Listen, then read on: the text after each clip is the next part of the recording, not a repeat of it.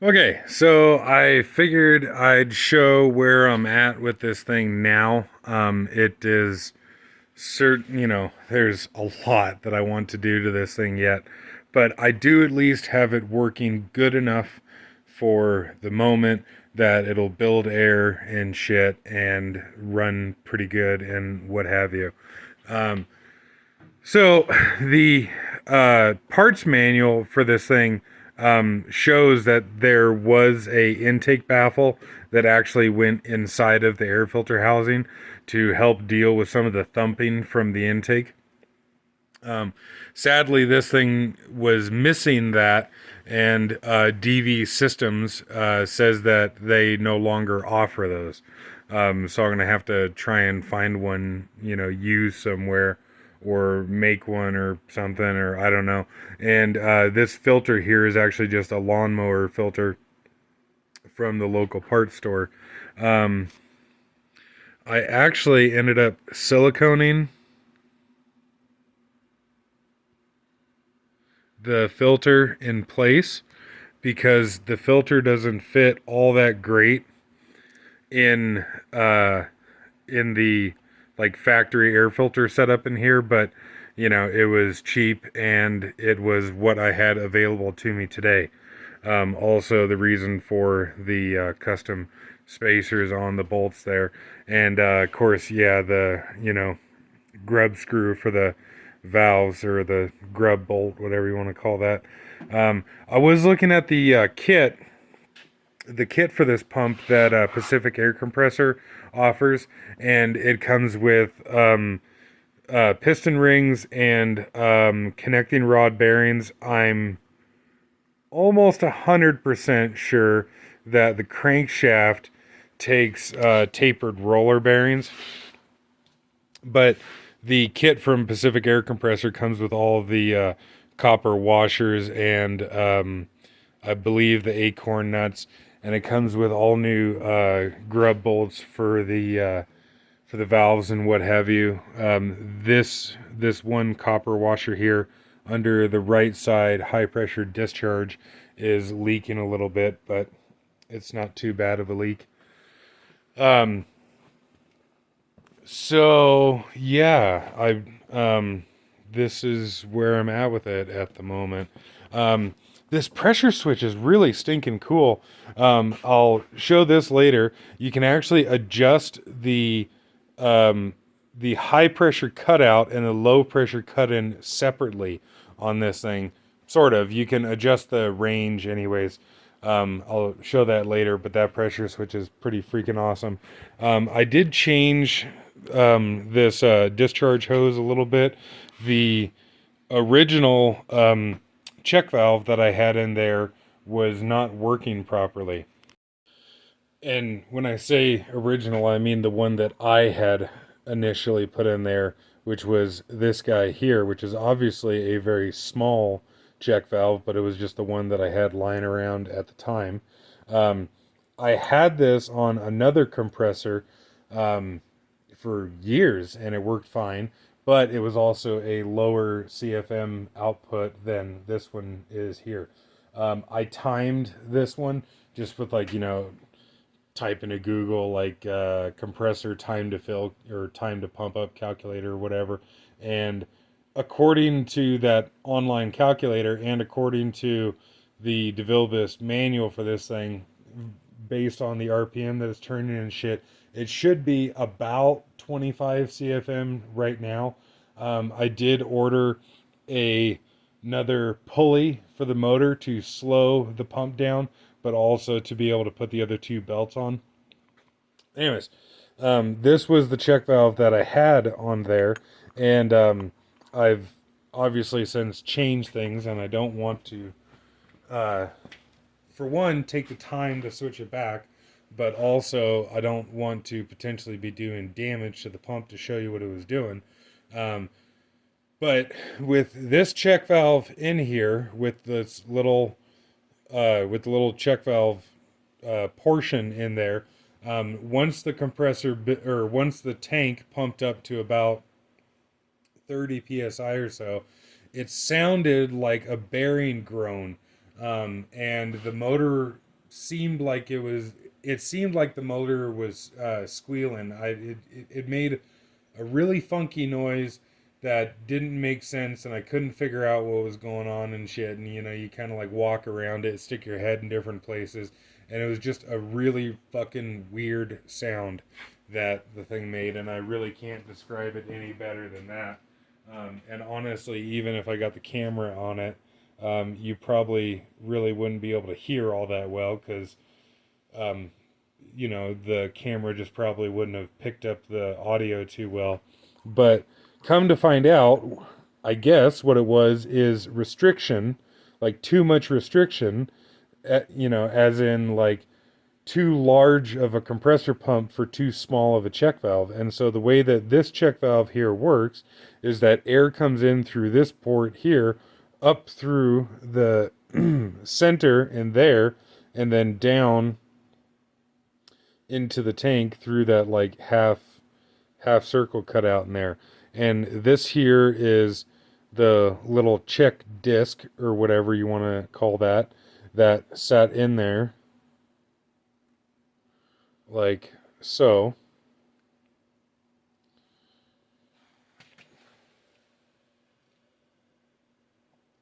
Oop. And then just threads together.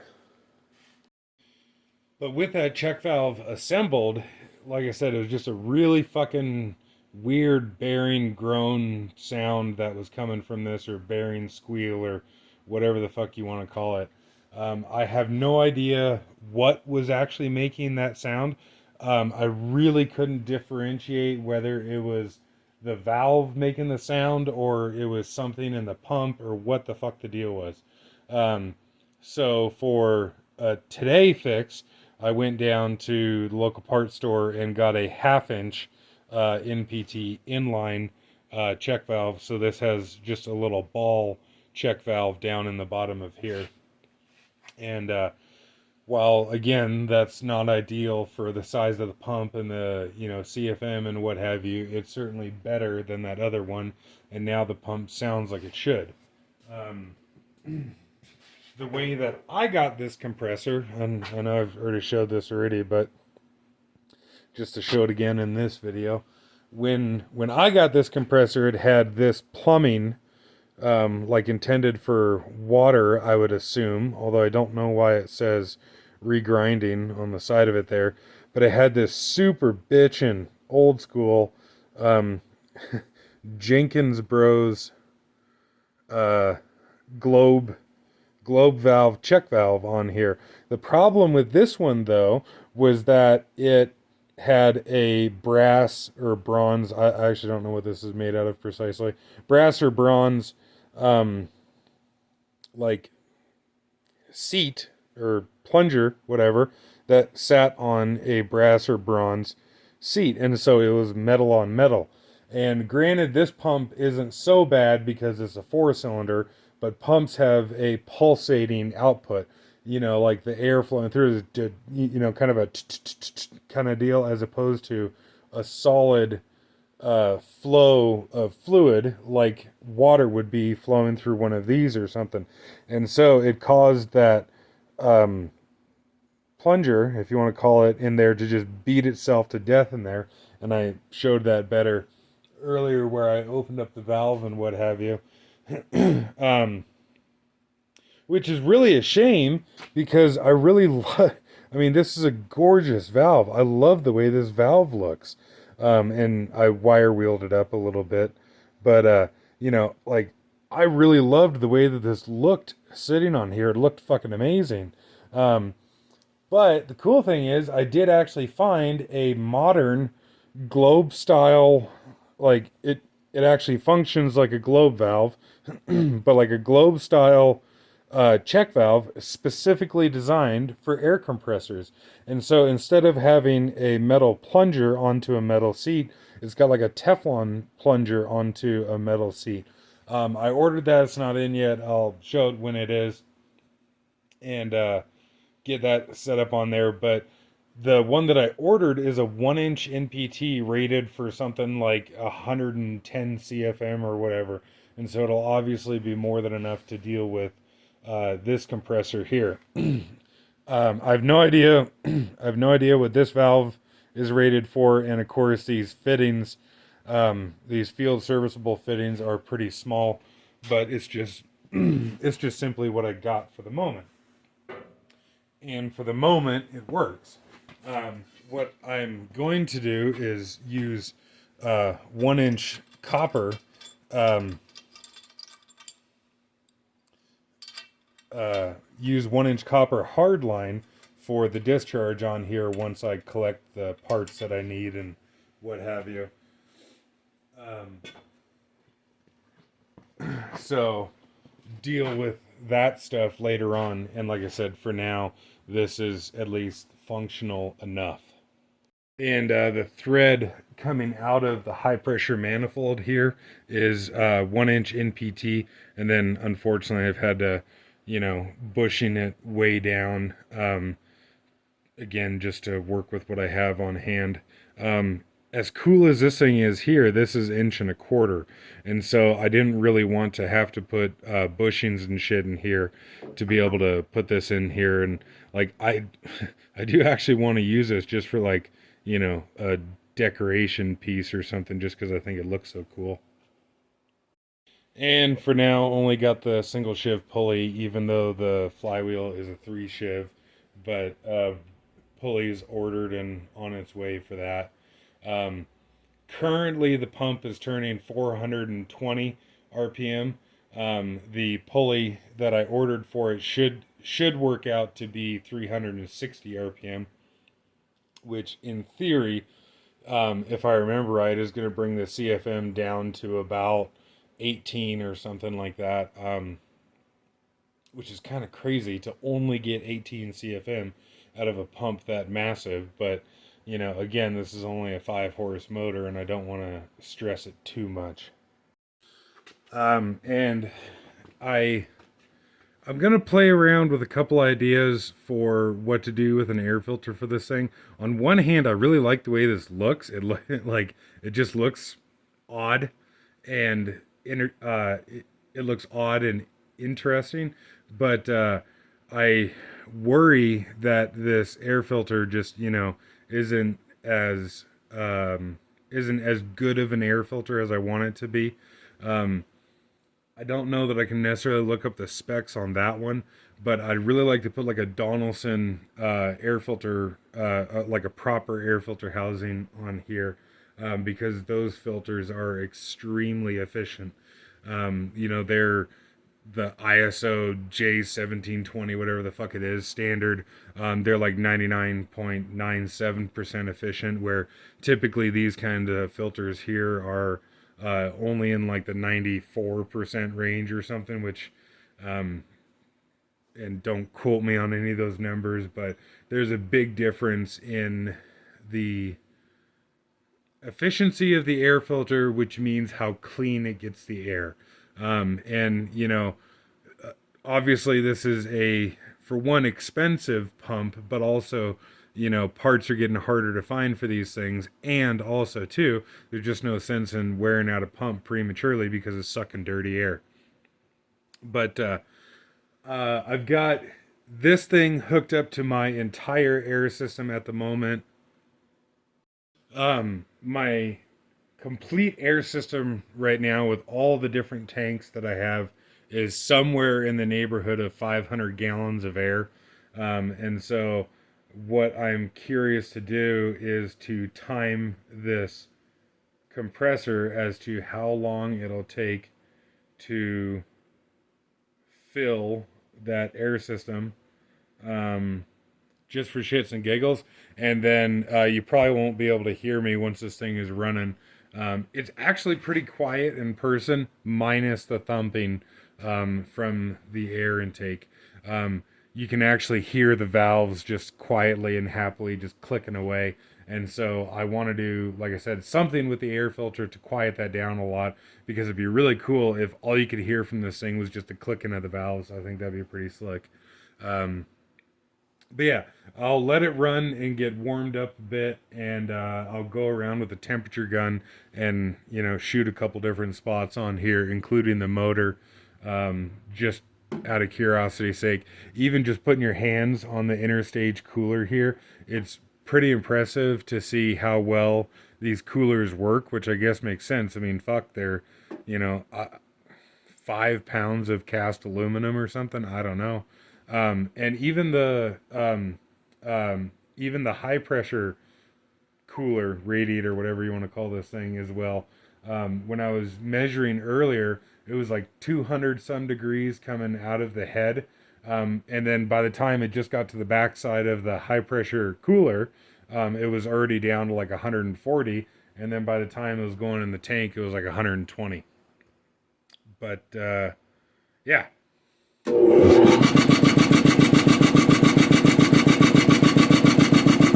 Got that running.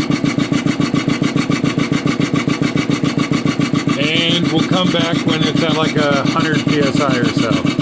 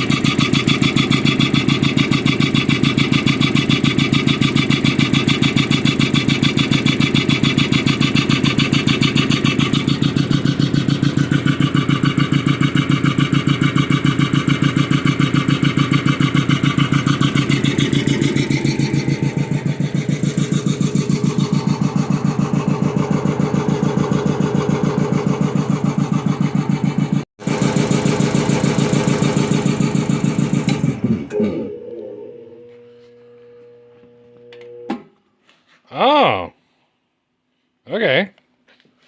So that should have been the thermal cutout for the motor.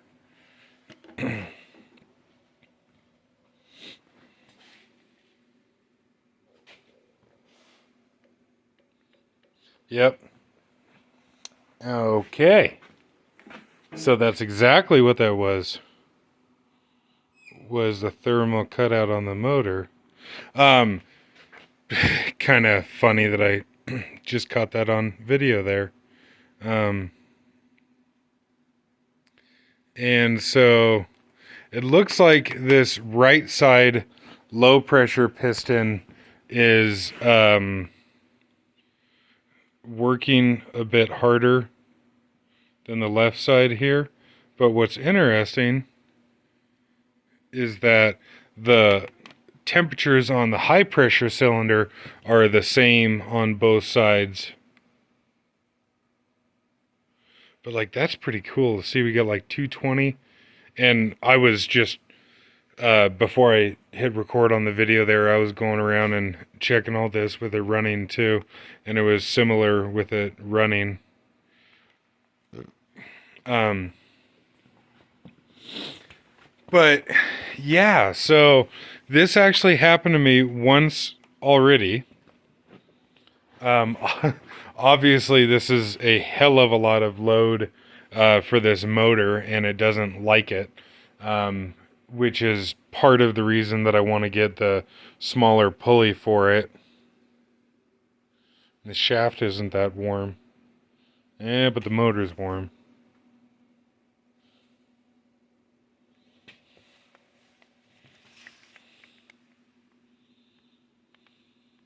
Yeah.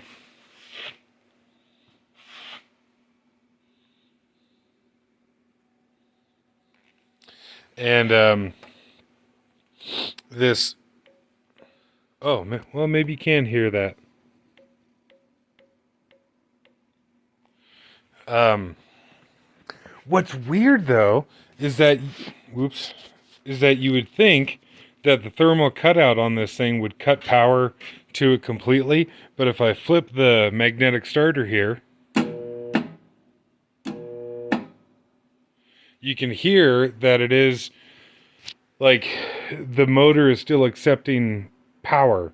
I would have thought that the way the thermal cutout on this thing should work is that it would just like open up the contacts in there, and if the magnetic, if there's input power to the motor, that it wouldn't do anything, that it would just be an open circuit, and yet that doesn't seem to be the way that this is set up.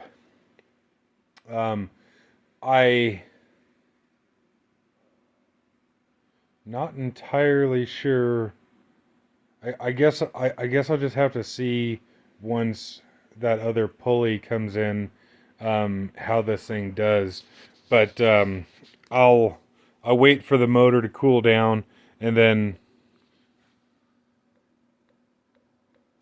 um, after a while, once this cools down, then I should be able to reset the thermal cutout there and spin this thing up again.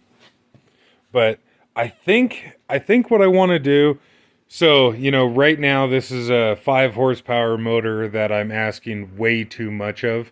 Obviously, it's gotten hot and said, fuck you. I think what I want to do is get a 10 horsepower WEG motor to go on here and purposely underrun the motor. When I had my amp meter on the wires in the magnetic starter earlier, this was drawing like 28 amps or 27 or something like that. And if we look at the motor, it's only supposed to pull 21. So if I remember right, when I was looking at the spec sheet on the WEG 10 horsepower motor, that it was rated for something like 46 amps. And so, maybe I'll put one of those on here and set up the pulley and shit so it only runs at like 40 amps or something. But yeah, we'll let that cool down and come back to it. And okay, so we're roughly 45 minutes into it. And I guess that makes sense on 500 gallons of air. Let me do the math on that right quick. So, according to the calculator on the interwebs, and if I got my tank size right and everything, that's ish 20 gallon or 20 CFM roughly. And I guess while we're at it and waiting for the motor to cool down, I was going to drain the oil on this thing. God, the oil's like stone cold. One thing that I'm kind of worried about with this thing, the way that I have it set up right now, is that it won't actually get the oil warm enough to burn off any moisture in the crankcase. Because, like, you know, the head is warm, but it very quickly cools off as we come down here. Um, but that being said, you know, if I put a 10 horse motor on here and spin the pump faster, then I imagine it'll actually make some heat, and then won't have to worry about the moisture in the crankcase issue. All right, so it's a little while later.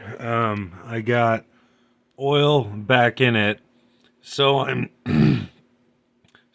told the oil is only supposed to come to the bottom thread and not actually be like overflowing out of this like you would first think, or I would first think anyways. It's very frustrating to me that that's the only place to add oil. I'd really like to drill through the casting and put a little 90-degree elbow in there so you could like pour oil in there while looking through the port, instead of, you know, having to fill and look through the port essentially at the same time. But the motor is still warm, but certainly cooler than it was.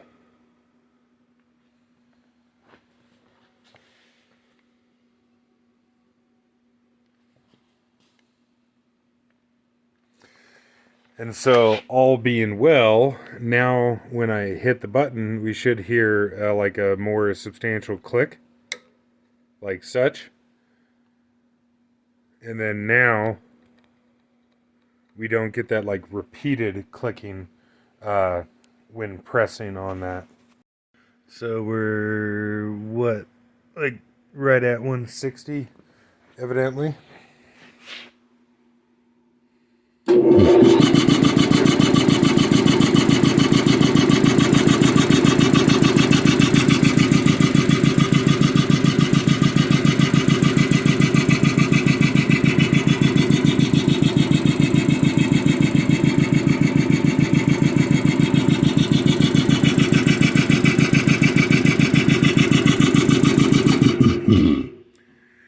So that thermal overload is weird. How, like I said, you know, you can hear that there's still current going to the motor when that thermal overload trips. Um, but on the other hand, you know, I guess it's cool that it has something. And in theory, what, like fucking, you know, it's supposed to pop the breaker or something like that. Which I guess kind of brings up a good point. So this is where I got this starter here, Gas and Water LLC. This was just a cheap starter that I bought just to, like, you know, I had never fucked around with a starter until I got this one here. This little component on the bottom here is supposed to be a like amperage cutoff relay, and I've got it turned all the way down, so according to that little knob there, it should cut out at like 20 amps, but this motor is drawing about you know, what do I say, like 28 or something like that. So I don't know why that's not working. That's rather frustrating that it's not working, because the theory behind this is that if the motor draws too much amp, like, you know, that section there is the magnetic contactor, and then you can see like this has been added to the bottom side of the contactor. Oops. And the theory behind this little amperage relay deal is that if for XYZ reason that the motor starts drawing too much amperage, that this will cut out the like this will open up the contacts in the magnetic starter so that you don't, burn up the motor. Um, why exactly this here is not working, I don't know. But, it's wrong, in my opinion, to have a modern Chinese starter on a cool old compressor like this. And so I need to get an old American made starter to go on here. And then for one that would be more period correct and look better and probably work a lot better too. Um, but I guess that's it. And I am certainly happy to see this thing working, even if I'm asking a bit too much of the motor.